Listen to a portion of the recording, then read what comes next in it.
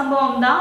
தூத்துக்குடியில +2 மாணவி இயற்கை உபாதைக்காக போயிருக்கும் பொழுது அவங்களுக்கு பாலியல் வன்கொடுமை செய்யப்பட்டு கொலையும் செய்யப்பட்டிருந்துச்சு. அண்ட் இந்த ஒரு கேஸ்ல என்ன நடந்தது, இப்போ குற்றம் செஞ்ச குற்றவாளிக்கு நீதிபதி குற்றவாளின்னு தீர்ப்பையும் அளிச்சிருக்காரு. அது மட்டும் இல்லாம அவருக்கு இரட்டை தூக்கு தண்டனையுமே வழங்கியிருக்காங்க. அண்ட் இந்த ஒரு கேஸ்ல என்ன நடந்துச்சு, எந்த ஒரு தீர்ப்பானது வழங்கப்பட்டிருக்குன்ற ஃபுல் டீடைல் இந்த வீடியோல பார்க்கலாம். வணக்கம் and welcome back to Sukanya the journalist. Thoothukudi மாவட்டம் விளாத்திக்குளம் வேடநத்தம் கிராமத்தை சேர்ந்த +2 மாணவி கடந்த மார்ச் மாதம் 10ஆம் தேதி இயற்கை உபாதை கழிப்பதற்காக வெளியே வந்திருந்தாங்க. அதுக்கப்புறம் அவங்க காணாம போயிருந்தாங்க. மாணவி காணாம போனதை அடுத்து மாணவியுடைய பெற்றோர் அன்னைக்கு இரவே குளத்தூர் காவல் நிலையத்துல போயிட்டு கம்ப்ளைண்ட் பண்றதுக்கு போயிருந்தாங்க. ஆனா அவங்க விளாத்திக்குளம் மகளிர் காவல் நிலையத்துக்கு போகும்படி சொல்லியிருந்தாங்க. அங்க போகும்பொழுது அவங்க அடுத்த நாள் காலை வருமாறு சொல்லி அலைக்கழிச்சிருந்தாங்க. அடுத்த நாள் மார்ச் 11ஆம் தேதி அகைன் மாணவியுடைய பெற்றோர் போய் கம்ப்ளைண்ட் பண்றதுக்காக போறாங்க. அந்த காவல் நிலையத்துடைய இன்ஸ்பெக்டர் பிரவீனா அவங்க பல மணி நேரம் அவங்கள காக்க வச்சிருக்காங்க. உங்க பொண்ணு வேற எங்கேயாவது போயிருக்கும், ஓடி போயிருக்கும், இந்த மாதிரியான வார்த்தைகள் எல்லாம் பேசியிருந்தாங்க.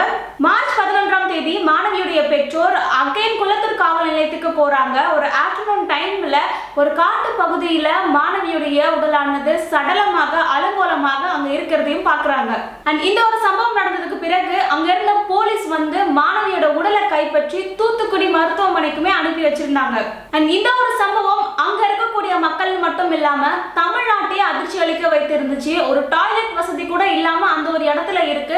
அது மட்டும் இல்லாம +2 படிக்கக்கூடிய மாணவி இயற்கை உபாதைக்காக போன ஒரு இடத்துல இந்த மாதிரியான சம்பவம் நடந்தது வந்து எல்லாருக்குமே வந்து ஷாக்கிங்ல வச்சிருந்துச்சு.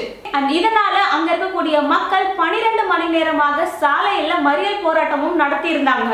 பாதிக்கப்பட்ட மாணவியுடைய பெற்றோர் வந்து புகார் அளிச்சுமே அங்க இருக்கக்கூடிய காவல் ஆய்வாளர்கள் வந்து புகார் ஒழுங்கா எடுக்கல, அவங்கள அலைக்கழிக்க வச்சாங்கன்னு சொல்லிட்டு இன்ஸ்பெக்டர் பிரவீனாவை மார்ச் 12ஆம் தேதி சஸ்பெண்டும் பண்ணியிருந்தாங்க. அண்ட் இந்த ஒரு சம்பவத்தை அடுத்து மக்கள் சாலை மறியல்ல போராட்டம் நடத்தினாங்க. சம்பந்தப்பட்ட குற்றவாளியை கைது செய்யப்படும் சொல்லிட்டு தூத்துக்குடி மாவட்ட எஸ்பி மதன் அவர்களும் தெரிவித்திருந்தாரு. குற்றவாளியை கண்டுபிடிக்கிற வரைக்கும் மாணவியுடைய உடலை வாங்க மாட்டோம்னு சொல்லிட்டு மாணவியுடைய பெற்றோர் சொல்லியிருந்தாங்க. மாணவியுடைய உடலானது தூத்துக்குடி மருத்துவமனையில பாதுகாப்பாக வைக்கப்பட்டிருந்துச்சு. இந்த ஒரு கொடூரமான சம்பவம் நடந்ததை அடுத்து பல தலைவர்கள் வந்து அவங்களுடைய கண்டனங்களை வந்து தெரிவிச்சிருந்தாங்க.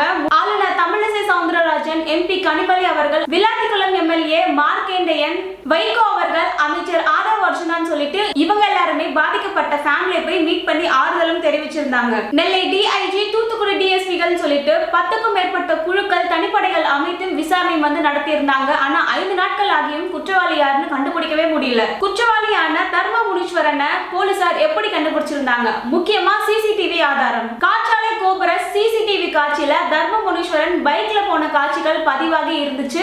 சாயல்குடியை சேர்ந்த தர்ம முனீஸ்வரனை போலீசார் கடந்த மார்ச் மாதம் 19ஆம் தேதி கைதும் பண்றாங்க. மார்ச் 20ஆம் தேதி தர்ம முனீஸ்வரனை வேடநத்தம் காட்டு பகுதிக்கு போலீஸ் அழைத்தும் போறாங்க. அந்த சம்பவத்தை நடிக்க வைத்து அதை வீடியோவாக பதிவும் பண்றாங்க. குற்றவாளியை கைது செய்ததை அடுத்து மாணவியுடைய பெற்றோர்கள் மாணவியுடைய உடல்ல தூத்துக்குடி கவர்மெண்ட் ஹாஸ்பிட்டல்ல இருந்து எடுத்துட்டு வந்து 10 நாட்களுக்கு பிறகு தகனம் செஞ்சாங்க. மார்ச் 20ஆம் தேதி இரவு நேரத்துல தூத்துக்குடி நீதிமன்றத்துல தர்ம முனீஸ்வரை ஆஜர்படுத்துறாங்க. பலத்த பாதுகாப்போட பாளையங்கோட்டை மத்திய சிறையில தர்ம முனீஸ்வரனை அடைக்கிறாங்க. இந்த ஒரு கேஸ்ல தூத்துக்குடி போக்சோ நீதிமன்றத்துல போலீசார் குற்றப்பத்திரிகை தாக்கலும் பண்றாங்க. இந்த ஒரு கேஸ் ஆனது கிட்டத்தட்ட 77 நாட்களுக்குள்ள இவர்தான் குற்றவாளின்ற ஒரு தீர்ப்பை வழங்கியிருக்காங்க.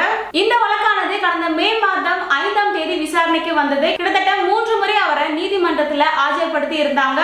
இந்த வழக்கோட விசாரணையானது 21ஆம் தேதி முடிவடையுது. அதை தொடர்ந்து 25ஆம் தேதி திங்கட்கிழமையான இன்னைக்கு வந்து தூத்துக்குடி மாவட்ட போக்சோ நீதிமன்ற நீதிபதி பிரீதா அவர்கள் தர்ம முனீஸ்வரன் தான் குற்றவாளின்ற ஒரு தீர்ப்பை வழங்கியிருக்காங்க. அது மட்டும் இல்லாம இவருக்கு இரட்டை தூக்கு தண்டனையும் அறிவிச்சிருக்காங்க. பட் இந்த ஒரு கேஸ்ல தர்ம முனீஸ்வரன் இப்பதான் ஒரு கிரைம் பண்றாருன்னு இல்ல, இதுக்கு முன்னாடியே ஒரு மூதாட்டிய பாலியல் வன்கொடுமை பண்ணியிருக்காரு. அவர் அதுக்கான சிறையில இருந்து ஜாமீன்லயும் வெளியே வந்திருக்காரு. இப்போ +2 மாணவியையுமே பாலியல் வன்கொடுமை செஞ்சிருக்காரு. இந்த ஒரு கேஸ்ல ஆல்ரெடி ஒருத்தர் குற்றம் பண்ணியிருக்காரு. அவர் எப்படி ஜாமீன்ல வரலாம்னு சொல்லிட்டு மக்கள் மத்தியில ஒரு கேள்வியானது இருந்துட்டு இருக்கு. தர்ம முனீஸ்வரன் கிஷோனுக்கு நீதிபதி பிரீதா அவர்கள் இரட்டை தூக்கு தண்டனையை வழங்கியிருக்காங்க. அவருடைய அம்மா அவர் போகும் பொழுது அவரை நானே என் கையால கொன்னுறேன்னு சொல்லிட்டு கதறிட்டும் இருக்காங்க. மார்ச் மாதத்துல நடந்த இந்த ஒரு கொடூரமான சம்பவத்துக்கு மே மாதத்துல தீர்ப்பானது வழங்கப்பட்டிருக்கு. பாதிக்கப்பட்ட மாணவிக்கும் அவங்களுடைய ஃபேமிலிக்கும் ஜஸ்டிஸ் ஆனது இன்னைக்கு கிடைச்சிருக்கு.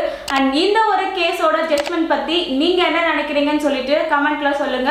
மீண்டும் அடுத்த ஒரு வீடியோல மீட் பண்ணலாம். Thank you, by.